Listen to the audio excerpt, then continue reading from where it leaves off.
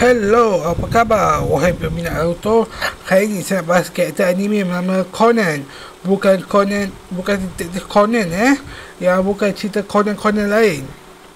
Ya, kali ini Conan yang ni bukan lelaki, melainkan seorang perempuan. Ya, perempuan bunga yang origami. Ya, yang bertema origami. Bezanya nama dia bukan origami, melainkan Conan. Yang rambut dia kali ini bukan hitam tapi biru. Yang dia ada jurus sihir yang hebat, iaitu sihir origami, iaitu sihir kertas. Ya, saya rasa memang ada sihir tu kat dunia nyata. Tapi malas nak bahas sihir tu sebab saya dilarang sebut sihir sebab katanya itu macam promosikan sihir kalau kau sebut. Okey, sebabkan saya tak nak sebut sihir tu, jadi ini video akan terangkan jutsu apa yang dia belajar. Conan dengan jutsu Kami no Shisha. Bisa dibilang Conan adalah sosok anomali di dunia Naruto karena memang dia adalah satu-satunya pengguna ninjutsu kertas bernama Shikigami no Mai. Di antara banyaknya jutsu kertas yang telah Conan tunjukkan, ada satu yang paling kuat, itu adalah Kami no Shisha no Jutsu. Kemampuannya yaitu menjebak target ke dalam ratusan miliar kertas peledak. Penggunaan jutsu ini sempat Conan tunjukkan ketika menghadapi Obito. Saat itu dengan menyamarkan 600 miliar kertas peledak menjadi lautan luas, dia berhasil menjebak Obito ke dalam jurang lautan yang dipenuhi kertas peledak, yang mana setelahnya kertas-kertas tersebut akan menempel pada tubuh Obito hingga menghasilkan ledakan beruntung besar.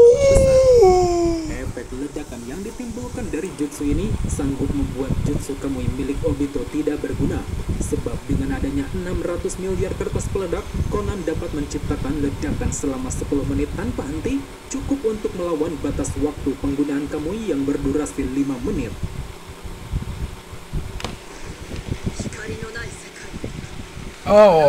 Jadi dia lawan Obito tapi tetap kalah. Ya, Conan tetap kalah dalam cerita tu. Ya, Conan pun terkejut. Rupanya mata tu dia bukan mata pun dia tahu dari siapa dia dapat. Yang dia tahu siapa yang gunakan dia. Jadi dia rasa Obito ni memang penjahat lah. Tapi sayang sekali Conan tak jadikan Eto Tensei. Tak tahulah Conan jadi Eto Tensei ke tak. Sebab anime Naruto saya tak tengok sampai habis. Tak banyak orang bahas anime Naruto tu. Jadi ya, sila komen kalau anda pernah tengok episod ni.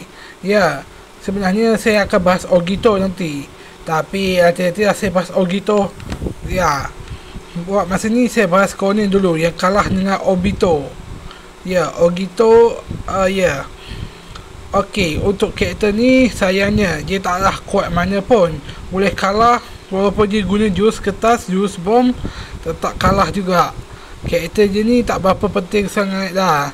Kenapa? Sebab saya rasa dia ni jarang dibahas. Ya. Okey, tekan butang subscribe atau loceng kalau saya salah. Sila komen kalau saya salah. Maklumlah, saya dah lama tak tengok anime Naruto. Kalau tengok pun video yang bahas Naruto saja. Okey, itu sajalah yang saya tahu tentang anime Naruto, ya, karakter Conan ni. Ya, saya tahu banyaklah orang yang nak pakai komplain dia. Banyak jugalah. Jadi sila tekan butang loceng, butang subscribe kalau ada pernah tengok komplain dia di dunia nyata.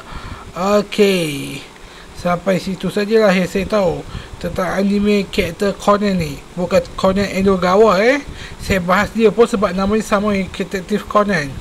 Okey, sila komen kalau anda pernah tengok Detektif Conan. Yang apa persamaan dia? Tak ada persamaan pun. Okey lah, bye bye.